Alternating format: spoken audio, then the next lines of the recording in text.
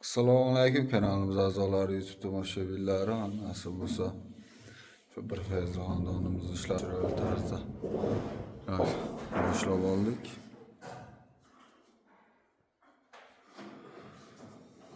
Qiladigan patologimiz hammasi MDFda 100% bo'ladi.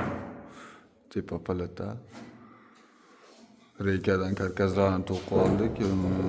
Osma shaklda tushirishimiz uchun. Hozir patologimizning girdobord qismidagi bortlarni chizib chiqib razmerga olib chiqamiz. Shtobi hozir chizib jilga tortib ramasini boshlaymiz. Xudo xolasa kuzatib qo'llab-quvvatlab boramiz. Kimga shunaqa xizmatlar kerak bo'lsa, bemalol aloqaga chiqingizlar. 12 davlat bo'yicha ishlaymiz. Shu videomizning tagida nomer qoldiramiz.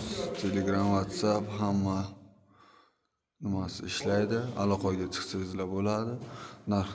Narx-navolari, qanday qilinish fasollari hammasi bilan attida gaplashamiz. Ko'rib tomosha qilingizlar, sog' bo'linglar, salomat bo'linglar.